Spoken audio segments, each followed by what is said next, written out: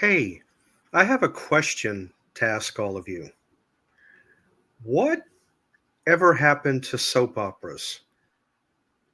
Think about that for a minute. I'll be right back.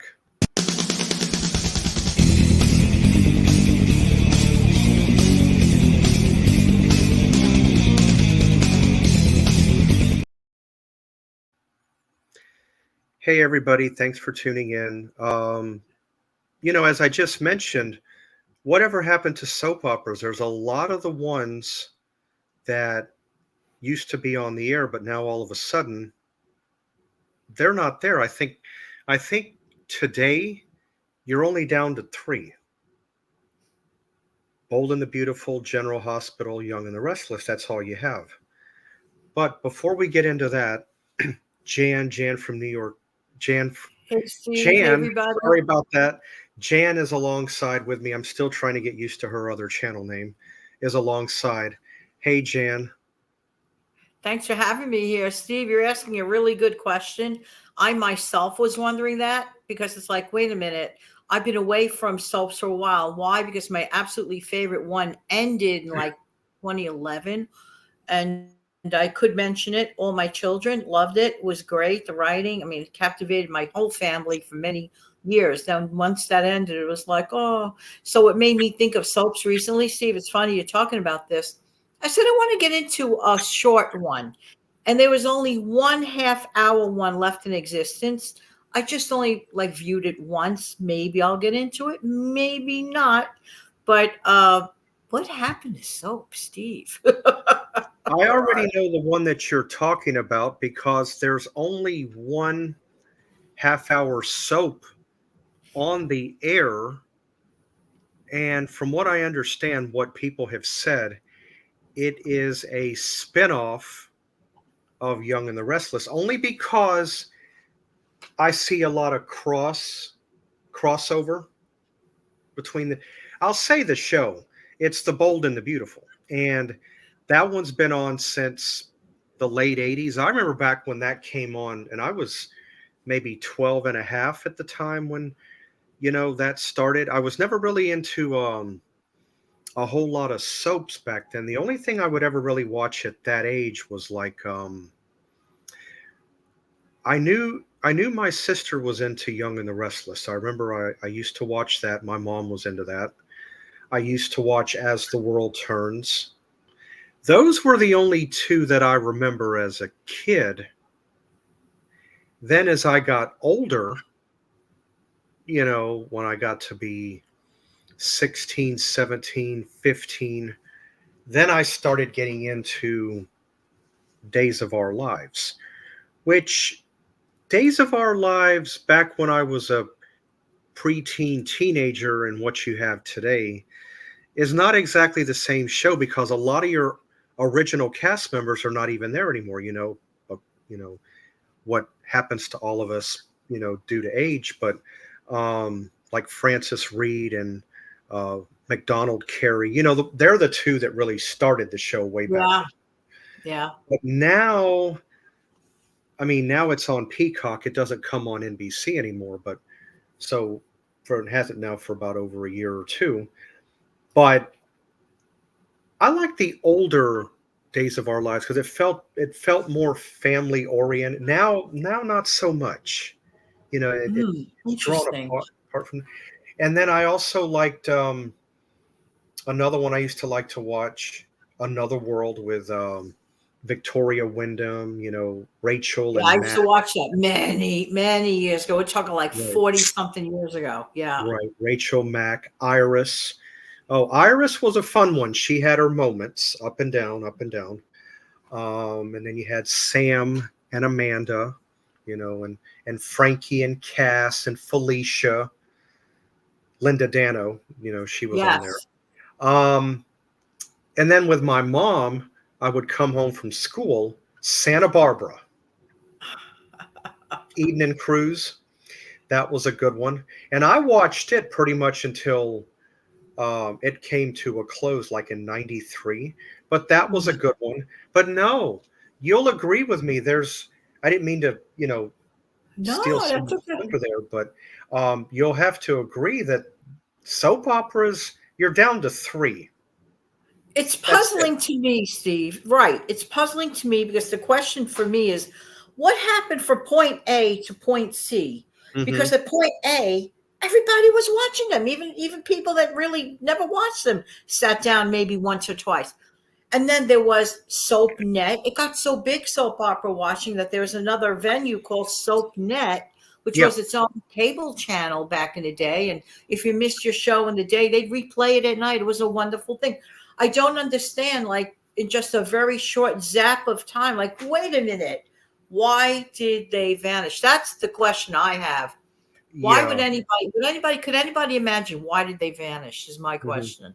No, I remember SoapNet. SoapNet was a good channel. Um, it I used to watch a show called Soap Talk. It had Lisa Renna. She was also on Days of Our Lives at one time, and Ty Treadway. They would have a bunch of different soap stars come on and interview them. That was a good one. And I also used to watch SoapNet because I was a big, now we're going over to nighttime soap operas here with what I'm about to say. They used to like to show Dynasty, um, Dallas, Knots Landing. Now, back in the 80s, I would watch Dallas. My sister was into that. But I was a big Knots Landing fan. In fact, I know the show Knots Landing so well that I could sit here after all these years and tell you all the different characters, who was married to who, um, what this character was known for doing, blah blah blah.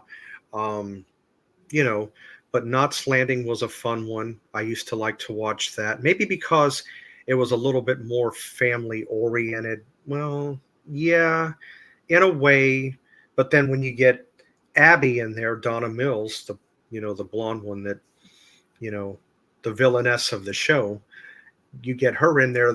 She was also a mother. What they did with her character that I liked, is that her daughter developed about the seventh, eighth season, maybe. She had a drug issue, and you really saw Abby's character. You saw her real forwardness of being a mother when she was trying to get her daughter Olivia to stop taking drugs. And I mean, you really saw a different image. You didn't see that villainess, manipulate, conniving other side she had. You saw the motherly side of Abby come out, and that was good that the writers wrote that in. Yeah. They did, because you don't always want to look at one character. Oh, really? Is that all that they're known to do? Is that the best? Here Right. we go again. No, you want to kind of Watch change it them up. evolve. Yeah. So, I mean, she still remained the villainess character, but you saw the motherly side of her, you know, when Olivia was on drugs. And then the one scene where Olivia shows Olivia her brother Brian, who got beat up in school. And I mean, all these little clips of on these videos that I'm talking Right. about is all on, in fact, the platform that you and I use to record videos. It's right here on YouTube. It's just a matter of looking it up. But Right. it's but sometimes I do that. I'll go back and start looking up old clips of soap operas. In fact, All My Children, One Life to Live, As the World Turns, all these old soaps that are not on anymore. The Edge of Night, I know I'm going way back on that one. Ryan's Hope, another old one. Search for Tomorrow, another old one. All of these shows, Dark Shadows, which is one my mom used to like before I was born. All of these shows can be seen. Go to YouTube, just type it in. That's the beauty part of this platform. If there are things that like you've been missing, because I'm just saying this for myself, I'm not speaking for other people. But in my opinion, current TV shows of today, I'll go No. back to the old stuff. I do not see any of that fascinating. Maybe I'm showing my age. I don't really care. I am who I am. But I grew Mm, up on really good classic TV. mm, Well, no, I so good would. that they still play them over today. They do. TV went downhill in the last couple of years. Yeah, no, you are right. The only if I really had to stop and think about anything prime time, I used Law and Order, the original Law and Order. I used to be a fan of that, but when they wrote out my favorite character, when Jerry Orbach and Dennis Farina and Jesse L. Martin, when those, especially when Jesse L. Martin got written out, I didn't care for Law and Order quite as much, the original Law and Order. Right. Um, and I used to be a fan of Law and Order SVU with Mariska Hargitay, but when they started writing out Chris Maloney and things started to change, it kind of drew me away. But now, if I had to pick a couple of shows, I do like one called 911 that's got Angela Bassett. I think she's a phenomenal actress. She doesn't just take any role. She played Tina Turner's character part in What's Love Got to Do with It. She was in Waiting to Exhale, How Stella Got Her Groove. She's just a strong, character. She doesn't just take any role. And I like that about female actresses. And another show I like is one called Chicago PD. Although I'm kind of out of touch with that, I'm about 4, maybe 5 seasons behind. No, because they wrote out one of my favorite characters on the show. I didn't like the way they wrote him out because they had his character die in prison. I didn't like that. Yeah, and that kind of soured the milk, so to speak, for me on that show.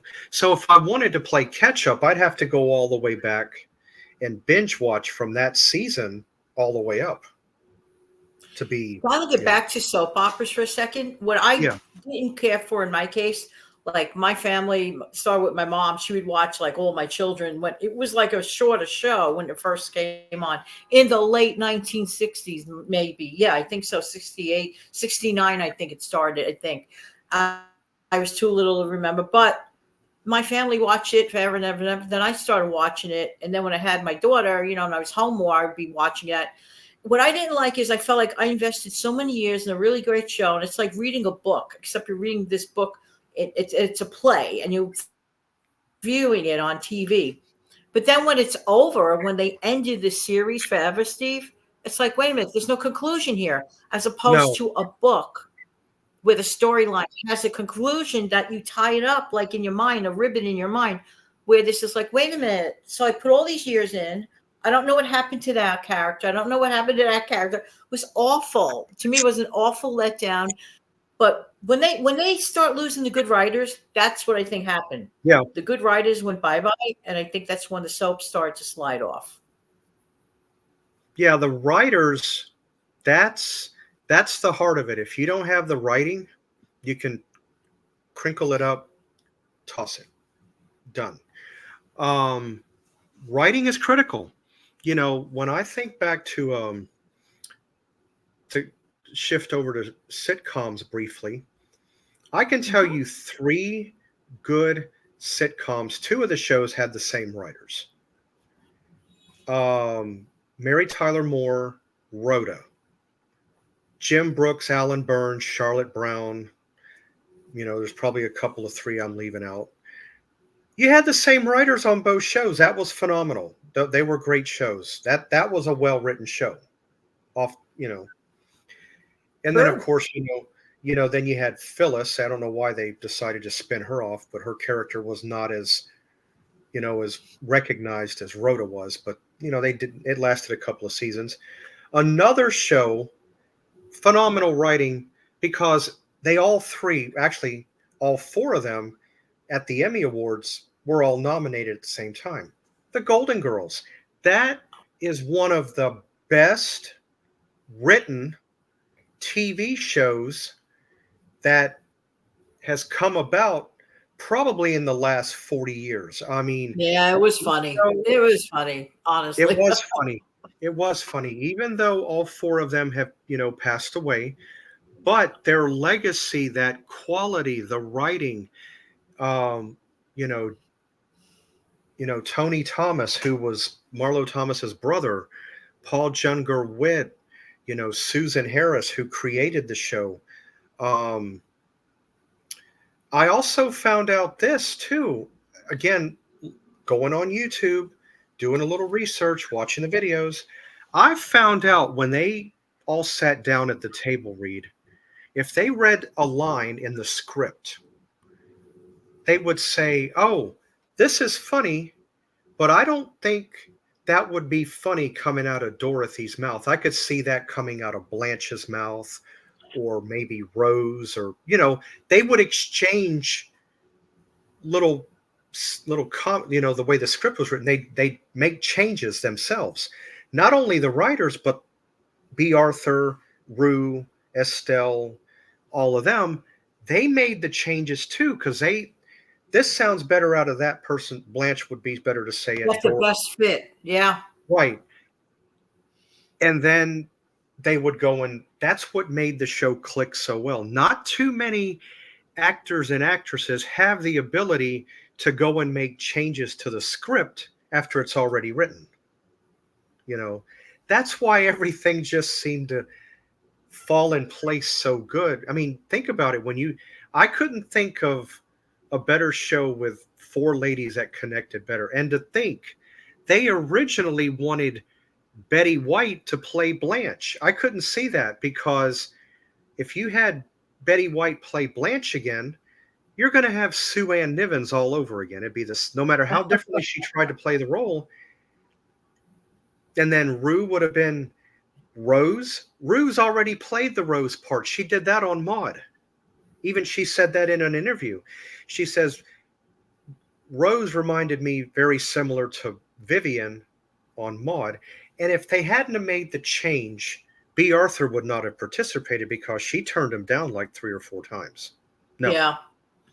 And Rue had to be the one to convince her, hey, I'm the one playing the vamp part, not, oh, that's interesting. Then she came in, they all read. And, the rest was history. Because they had Estelle Getty hired from the get-go. They saw her in something called She's Known For, Torch Song Trilogy. You can look it up on, again, YouTube, that she was superb in. And I guess they got the image of Sophia from that. And she was an instant cast. They didn't have to hesitate. You know what's interesting, Steve? People forget that the character of Maude originated on All in the Family. All in the Family. Mm-hmm. And by the way, there was a very old on All in the Family. Oh my gosh, the one Rue McClanahan. McClanahan. Say it correctly. Yeah, you know who I mean. Yeah. She was a character on All in the Family on an episode with Vincent Gardenia. Mm-hmm. That was hilarious, that episode. I don't want to get into it because this is a family show. Right. It was hilarious, that character. She's so funny.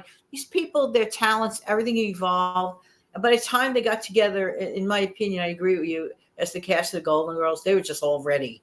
They were just like, everything was ready. It worked out great. Right. Now, coming back to Rue McClanahan, this is why I have my hand up.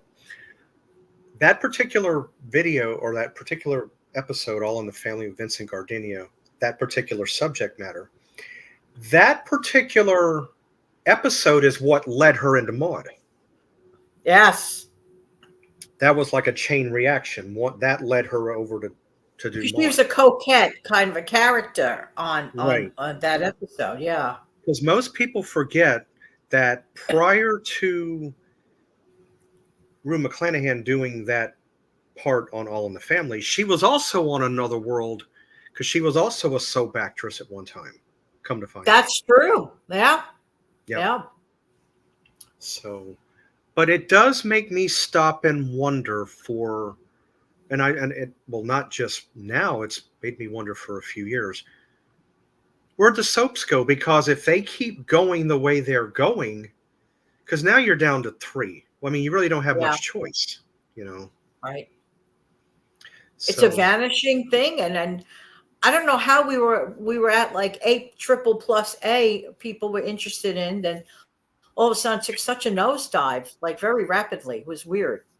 Right, and I watch General Hospital, and it's got its ups and its downs. So the only thing I don't like, you had mentioned it earlier on, is I never really was a fan of cliffhangers.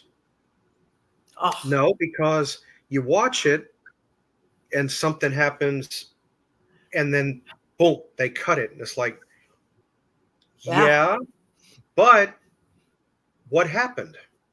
You're left with a question mark exactly. in Like, your head. wait a minute. Yeah.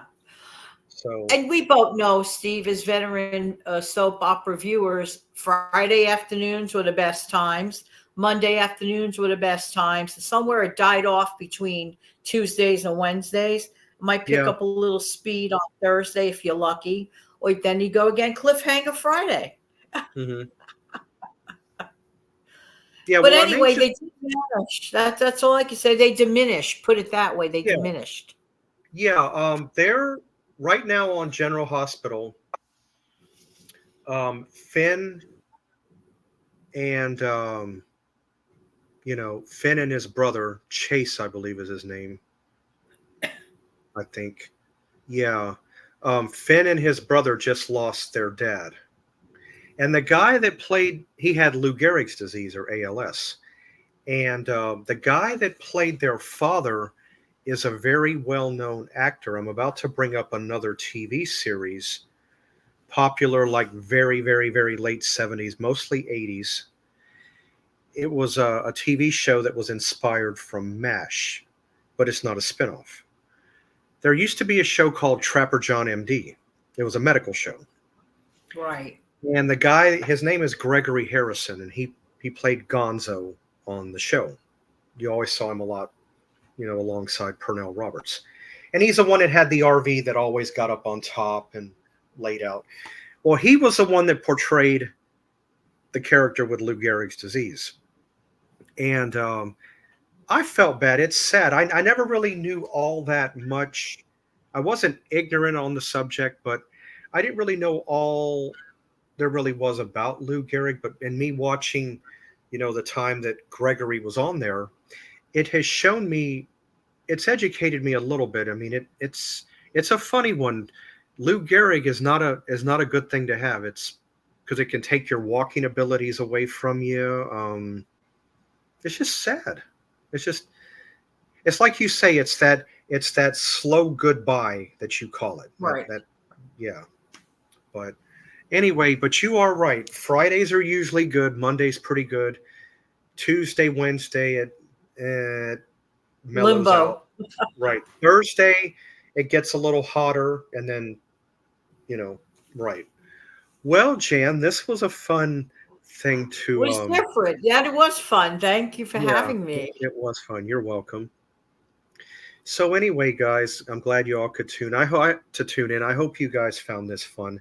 It was something a little different. Like I said, my channel's random, and I don't always want to focus on the same thing, in day after day, the same similar. I want to branch off a little bit sometime, so but I'm glad all of Absolutely. you could be here, you know, and be on the lookout. Jan and I will see you back here um, next time. Hope all of you have a great rest of your day or whatever time of day it is, and we'll see you next time. Bye. Take care.